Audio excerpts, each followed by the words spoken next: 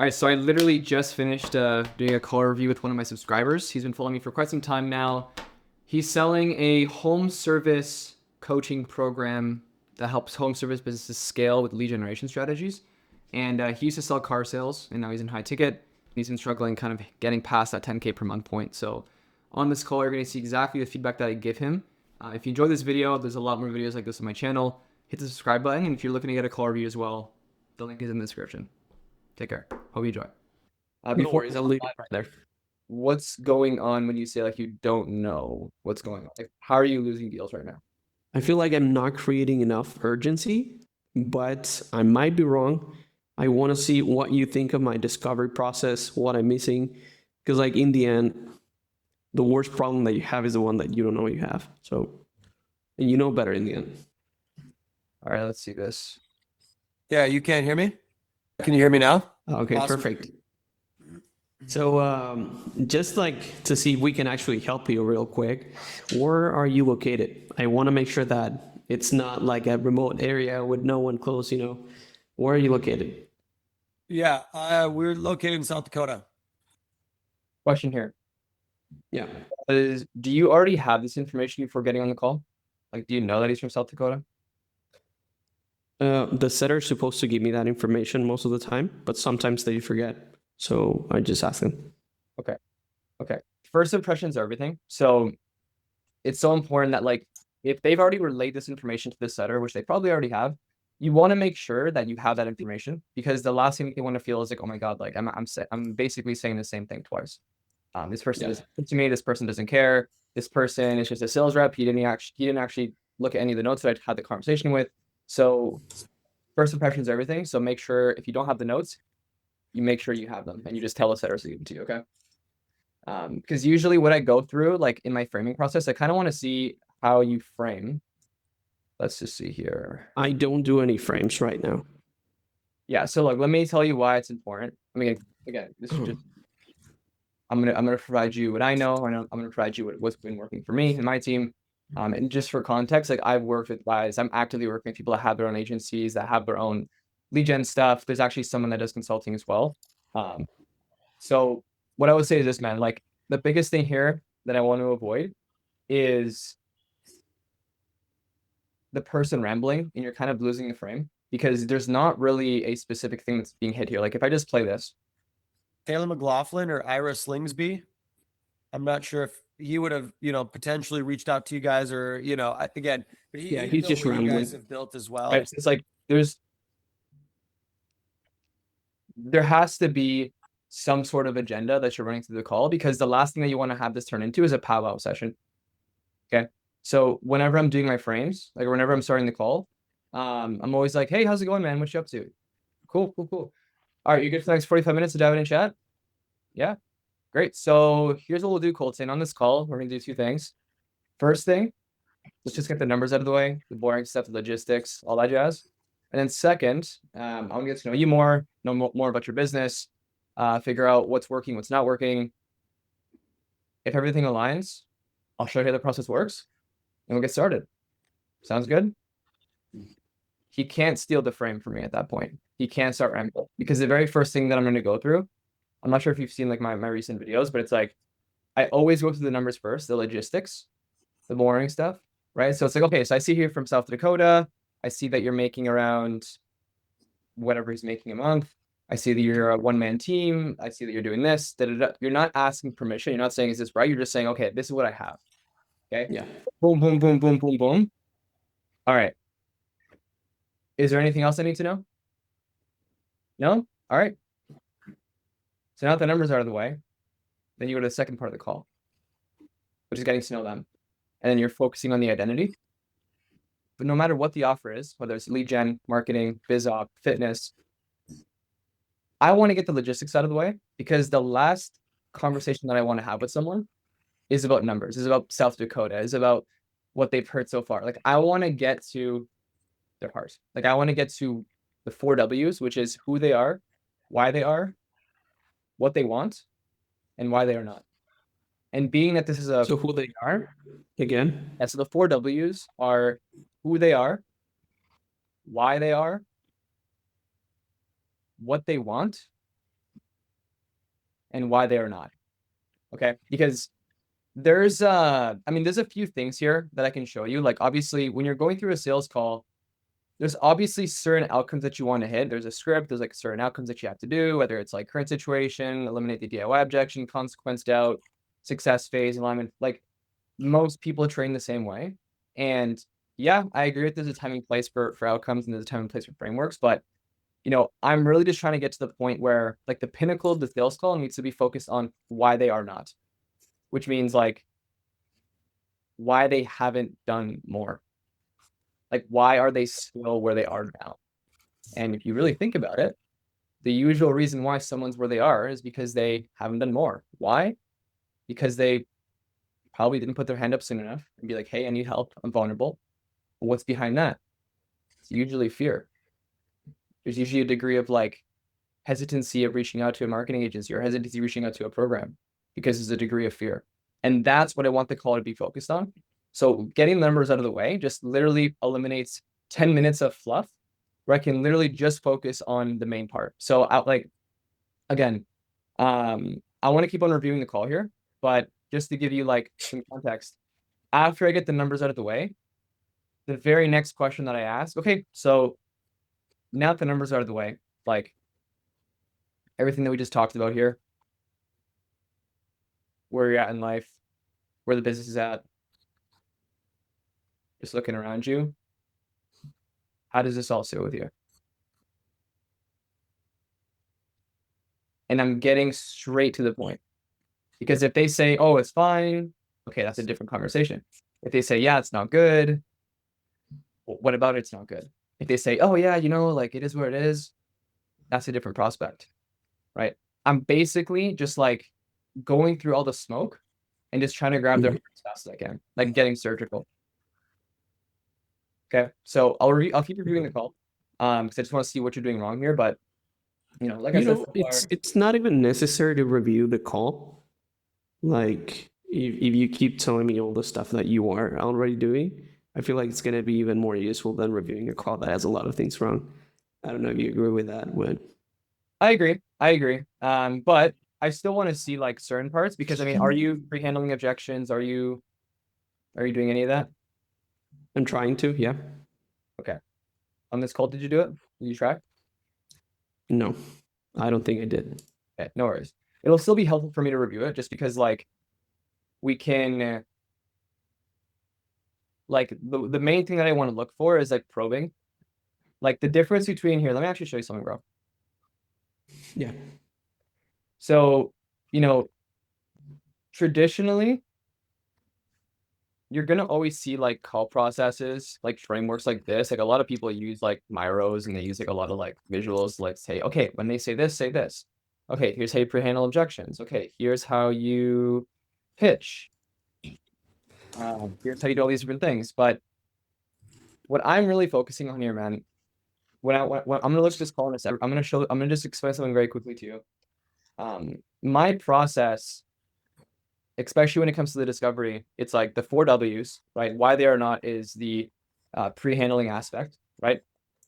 But the truth is, what I'm looking for here is I want to see if you're able to actually probe good. Because in all honest truth, man, if you've ever seen my closes, like I've closed $10,000 up front, 6,000, like it's all on my channel, right? Like my sales calls never look the same. And the reason why that is because I rely on my probing, which allows me to get super deep with the prospect. So I'm going to review this call. And the main thing I'm going to look for, yeah, even though there are things that you probably think, oh, it's not good in general, the main thing I'm going to look for is, okay, did the prospect say something? And did you not attack the right way? Because again, that's genuinely what my process looks like as far as like the actual discoveries. It's being able to be more comfortable probing and getting the outcomes as I go, as opposed to like stopping the call and being like, okay, so like let's flash forward 20 years from now. What's the ultimate goal? Like I never say those things, right? My process is very flowy. It's very smooth. And that's exactly what I teach. So I'm gonna just keep on watching this. But without the frame, obviously, like it's kind of the call's not really, he's just talking. right? Yeah, So to be able to sell your business or I want to get it to a point where I understand how to grow the business effectively. So it's there. So when that opportunity arises, I don't have to go, oh, well, 2 more years from now, we'll be ready. Right. A year from now, Yeah. we'll finally be ready for that. It's like I planned ahead of time. If that opportunity comes up, I meet a wife, we end up moving back down to Arizona, whatever the case. Like I've got my eyes set on Arizona. So when that day happens, I'd like to be ready. But it's also to the point where we've got a lot of companies in this area. We've been here 10 years, right? And so we know a lot of the big players in town. There's going to be a handful of these smaller companies in here that are going to be ready to be acquired by a company who is established. And we only have like one of those in our area. So I'd like to be able to look at acquisitions, even if it means just consuming my town at large. I'd like to be in a Okay, so- position to do so. just to slow you down a little bit and see if I'm getting the right summary. So for you, Yeah. this is really about building something that can run and grow the right way so that when the chance comes, you can actually sell it, move, or even acquire other companies. You're actually, and then you can be ready for that. So what do you feel is Correct. the biggest thing missing right now that's keeping you from getting there? Correct. They literally just said, like, whenever you're going through a framework, it's too rigid, it feels way too scripted, it's not fluid, and it ends up becoming super salesy. And the thing is this, like, what I would have done different is this. Obviously, with a better frame, I've gotten this much like this much Mhm. from the guy. But here's the good thing. The good news is that he's open. The good news is that he's talking about like meeting a wife, going to Arizona, right? So this is good. Like this is a really good prospect, right? So the conversation that we want to have with this guy is more around like the importance of that and why he is not there yet, right? Like that's literally it, right? And he said here, I want to get to a point where I understand how to grow the business effectively so that when the opportunity arises, I don't have to go, oh, well, 2 more years from now, we'll be ready. Like I'm being fully present in the moment to see exactly what he's saying so that I can probe into it. And if I have to cut him off, like if I have to be like, okay, I got you. Like I put both hands up. It's like, I hear you. I guess,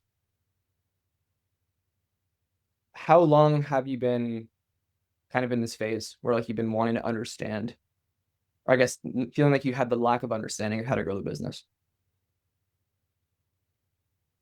You see how that's like way more intentional? And like I'm getting surgical. So that's the first thing, like getting surgical, being able to probe on the spot. And the second thing is like, just another feedback for you. When someone says something, don't repeat what they said back. Like, I know that there's like elicitation statements and there's ways to like repeat what someone says to get them to say more, but it's like, if I want someone to feel like, if I want someone to feel like if I want someone to feel like I'm genuinely listening to them and I respect and I care about them, they're going to feel 10 times better by me asking skillful questions, like very skilled, deep questions that shows my interest in the topic without having to like reiterate what they're saying. Because when I reiterate what they're saying, it's basically a sign of permission. Like, is this what you said? It's not obvious, but psychologically, it's like if you're having a conversation with someone and they repeat everything they said back to you, it'll get to a point where you're like, okay, is this guy actually listening? Right? A leader, Yeah. a leader is grounded and a leader is able to be comfortable with the data that they have and it's able to move the conversation with it that they want to. And then, but repeating back what they're saying is almost like is like a sign of like inferiority or like insecurity where it's like, yeah, like this is what you said. Like, let me know if I messed up. You're not saying that, but it comes off that way. Right. And again, I used to do the same thing and a lot of sales reps do, but I'm like saying, look, man, you'll be able to command way more respect if the prospect feels like you're genuinely listening and you're asking questions in the moment as opposed to like following some process and then repeating what they're saying. Like, so again, and I get the question that you're asking here. Like, okay, so what do you feel like is the biggest thing that's missing right now and that's keeping you from getting there? Well, he just said, right? He doesn't understand how to grow the business. right? So like, how long have we been feeling that way? And then we can Yeah. ask what's missing specifically that will help you be able to unlock the ability to know how you can grow the business. If I have to get there, right? But the truth is, man, like something that I just want to share with you. Like especially for these type of offers, the prospects are very solution aware. Or they tend to be. Like they've seen the market already, they kind of know what's out there already. Like the last thing that these people would want to hear is having to basically like re-explain their situation because they just want solutions and like the feelings that come with that. Again, you're not selling the flight, you're selling the destination, okay? But in your discovery, it's so important to understand that, I mean, shit, like if I get on a call with someone and I ask them what's the biggest challenge right now, but I've known they've seen an ad, I've known they watched a VSL, like I should know that the problem that they're facing is the problem that we solve, right? So it's like, you know, we don't really have to ask these like softball questions. Like we can just get straight to the point, right? And that's why I go from like in the frame, numbers out of the way first, and then second, I will get to know you more because I want to identify why he is not. The numbers is like who they are. If it's a fitness offer, okay, he has a kid, he's 180 pounds, he has a wife, he's a carpenter. For a business owner, he's a plumber, he makes this much, he lives in Arizona, or he lives in wherever he said he is at right now. Right? So that's who they are. And then the why they are is like as an extension of who they are, where it's like almost like the first question that I asked, like, how does it sit with you? Like, why are they the way that they are? Another good question for like why they are is like, what caused you to do it this way? Oh, like you've only been looking for referrals, like what's caused you to do it this way? For the person that's overweight, what happened? Like what let it get to this point? You see what I'm saying? So, and again, as you get more reps into this, like these things will start coming a little bit more naturally. But, do you have any questions before I move on? Because I want to keep on looking at this call. Yeah, I mean, you're saying that basically what I need to do first is frame the numbers and logistics out of the way, and then I would get more into why and what they want, who they are, I mean, what they want to accomplish and what they're trying to get out of, right? Yeah, who they are, why they are, what they want, right? And again, it's not like you don't have to do this all in one order, right? Like I said, none of my calls look the same. It has to be like natural. Yeah, because I rely on my probing ability, right? Like I can get Yeah. like why they are not like in like 3 questions if I can, right? If I can, great. But Dude, when I talk to people like you that are already making like maybe 30, 40, 50, 60, 70K, whatever, something that I've noticed is that you guys have as you're saying, I used to use the same words, like a very surgical ear. You know, you know what words to pick and what you're looking to get out of the prospect. I haven't been in the space long enough to be able to identify those things. And as much as I try, I feel like I'm improving, but not at the maybe at the rhythm or pace that I would love to. I hear you. I mean, how many call reviews are you getting a day? How many call reviews am I getting a day? Like how many calls are being reviewed a day or a week? On your end. For me? Yeah. None. Well, there you go. Right? Like the biggest thing is awareness, right? Like you can't fix something that you can't see. And the way that you get better at asking questions is by identifying the questions that you shouldn't be asking. And like I just said, like by me looking at these calls, it's like, okay, you clearly could have asked this question, right? But the thing is this, if I died like in the next hour and I had to leave you with one thing, to help you be able to get to those 10, 20, 30K months as a remote closer, it's by understanding that like, yes, there are potential word tracks that you can use on your sales calls. Yes, there are sequences that you can use to get someone to say certain things, and you can pre-handle someone's objection to oblivion. Like, yes, these are important, but what's way more important is understanding that a lot of people, again, I'm not sure if you're like religious or have faith or whatever, but Oh yeah, I am very religious actually. okay. So, you know, there's a state that you have to understand that what we're doing here, like the calls that we're on right now, a lot of people approach these things as like, okay, we're here to get the person to buy our solution. We're here to sell them. We're here to get them to, feed our commission check.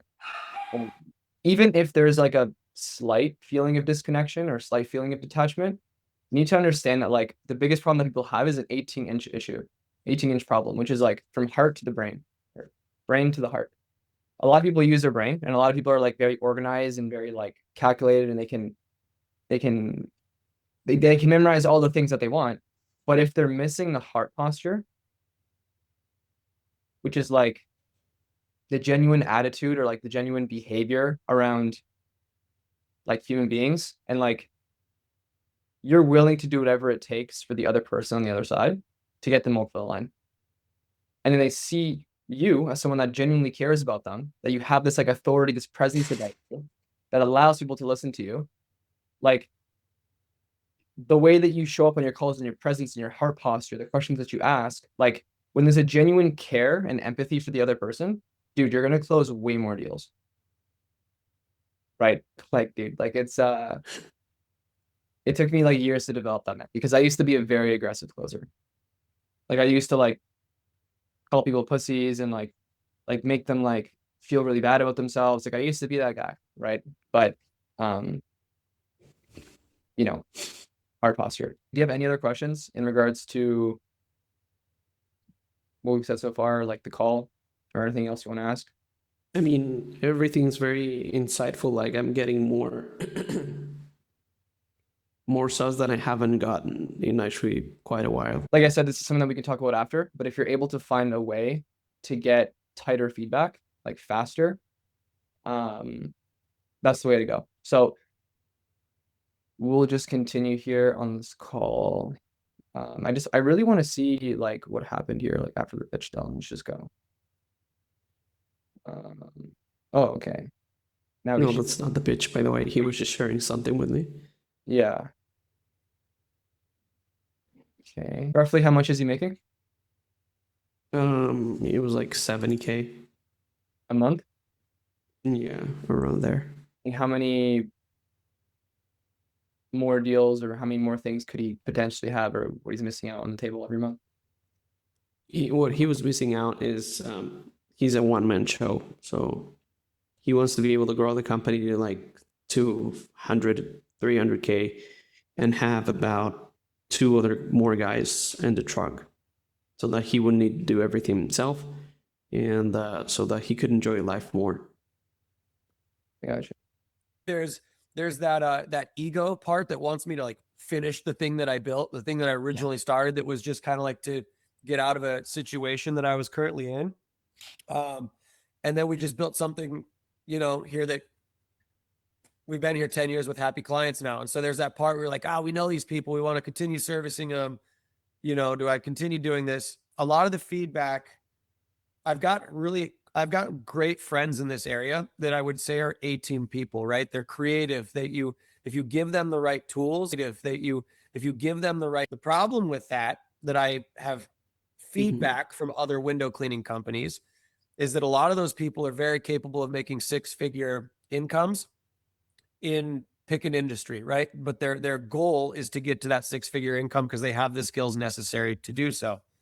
The limiting factor in our window cleaning company is that our ticket prices are small enough that to get that leads, that's cool. At a team scenario that end up, selling the company. And if you've got good friends that are working within it, do they get hosed? And that's fair, but let me simplify it a little.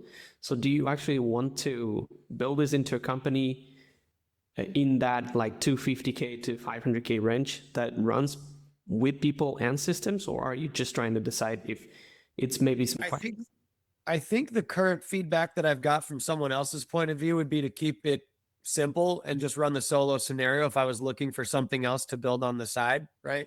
But I don't think that that's the case. What my real objective or goal here, Daniel, is I'd like to build a business that operates and works like a business, that I can maintain and manage effectively and properly so people can earn a wage here and we can Okay. service our Now clients this long is the term. real question. Then let me interrupt you here. What would that business need to look like for you to say, yeah, this is actually working the way I want it to? Yeah. So, I mean, we're 19 minutes in, and we're looking at like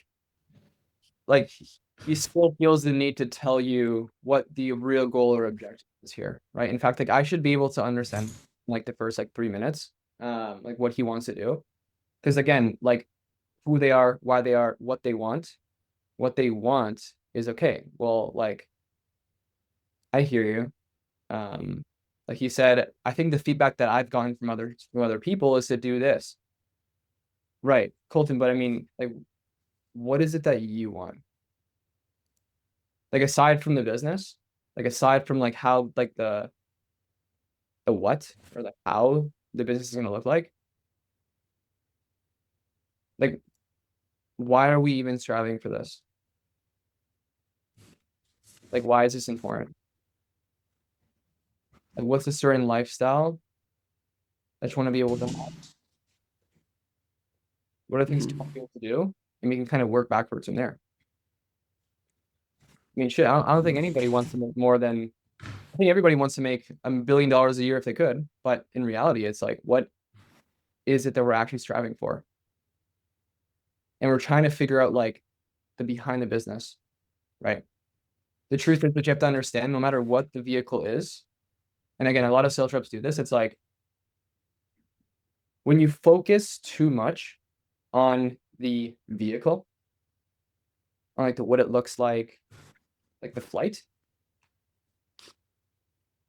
instead of the destination, which is like, what is it that what is this going to allow them to do?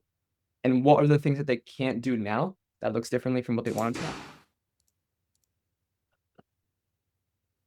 You're not going to have a very productive discussion because honestly, it's like, okay, if we just want to talk about ads and we want to talk about lead strategy, okay, great. But what has him bearing all this weight and responsibility to actually make that happen? Like, Yeah. why? Right? So that's the biggest thing. And then obviously it's like he seems sharp. He seems like he knows he seems like he knows what he's talking about. Obviously, he's not making a lot of money right now. 7K is not a lot, but it's like, okay. I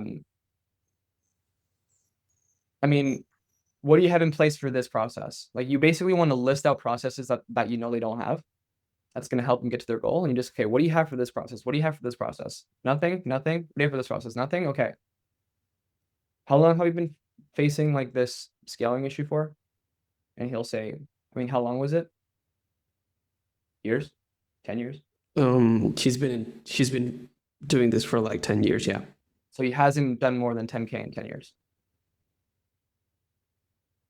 All right. So it's like, okay. So I mean, if we haven't had any thoughts in the last like 10 years to get these things set up, do you feel like we definitely need some guidance, some accountability, like someone to guide you and push you to get these things set up so that you're able to actually do X, Y, and Z desired state? Yes? Okay. 100%. All right. I mean, what's prevented us from finding that accountability? Right? Like That's simple. if that's the conversation I want to have with the guy. 10 years. 10 years, dude. Okay, like how much longer do you want this to go? And then also understanding like the cost of it as well. It's like identifying like, okay, I mean, he's already mentioned what he wants. You can easily just inverse it or just like use the opposite of like, okay, well, you said you wanted this. Like, how long have you felt like you haven't been able to do this for? Like, if he says he wants to have more time and he wants to operate a business that makes more money, okay, why? He might say more time, more freedom. I want to meet a wife. Got it. I mean, how long have you felt like you haven't had those things? I mean, level with me. Like, how has that made you feel? And then you like it's you know what I'm saying? So But again, I rely strictly on my probes. It's very hard to like tell you what to say here because the guy is very different, right? Yeah. So that's the biggest thing. The last thing I want to look at is like I just want to see like what the objection was. The objection by the end was he wanted to talk to his accountant because he wanted to join for either the 6 months or the 12 months. Mainly the 12 months, but he wanted to see with his accountant whether he had the liquidity to do this or not, which is, in my opinion, a smoke screen. And then Like what? It's he like caught me like off guard, and then like I just fucking accepted it, and I hated myself for doing that. And it's okay, right? But again, the biggest thing is if you're able to get a very strong discovery with the pre-handling, and you're having the conversation that I want to have with the guy, if he brings up something like that, and like earlier in the discussion, it's like, okay, I ask him, all right, man, like after I incept his beliefs, and like I basically ask him, okay, like whatever prevented him from making a decision with a marketing agency or marketing program, whatever in the past, I identify with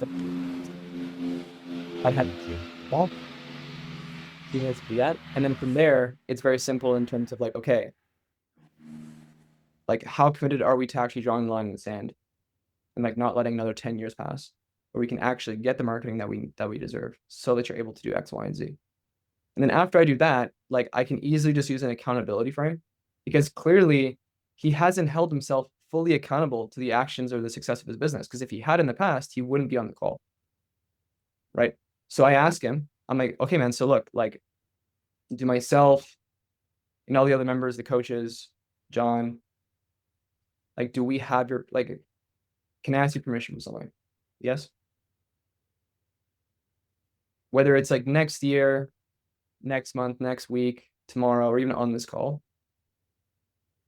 do myself and all the other coaches, like, do we have your permission to hold you accountable? And because this is very new, like push you to do things that are not necessarily comfortable in the moment, but best for your growth and development. He's obviously going to say yes, right? No one's going to say no to that. Are you sure? All right. Talk about the program. And if he brings up some BS objection like that, it's like, hey man, like I totally hear you. At the end of the day, despite you not knowing how much liquidity you have right now, which by the way, like that's something that we have to discuss as well. But I mean, whose responsibility is it at the end of the day for you to get the results here? Is it your accountant? Or is it you? Right? Like I can go in many different directions depending on what he says. There's different things that I would say, right? But I have all those word tracks. Like I have all those things written down. Yeah. So is that helpful? oh yeah, man. So you're saying that you also have a sales training? Yeah. How it's much is like it, and for how like a long is it? It's like a SaaS hybrid. Like if you want to talk about it, we can. But I mean, before that though, like what was your biggest takeaway? Fuck, man, so many things. Like I'm gonna start using a frame again because I stopped because of what they said. Yeah. I'm gonna start using what you said, like get the numbers and logistics out of the way at first, like first thing in the call, and then go into what's working, what's not, like who they are, what they want, why they want it, and why they're not. I feel really good with what you're saying, the way you do things. It feels like more personal.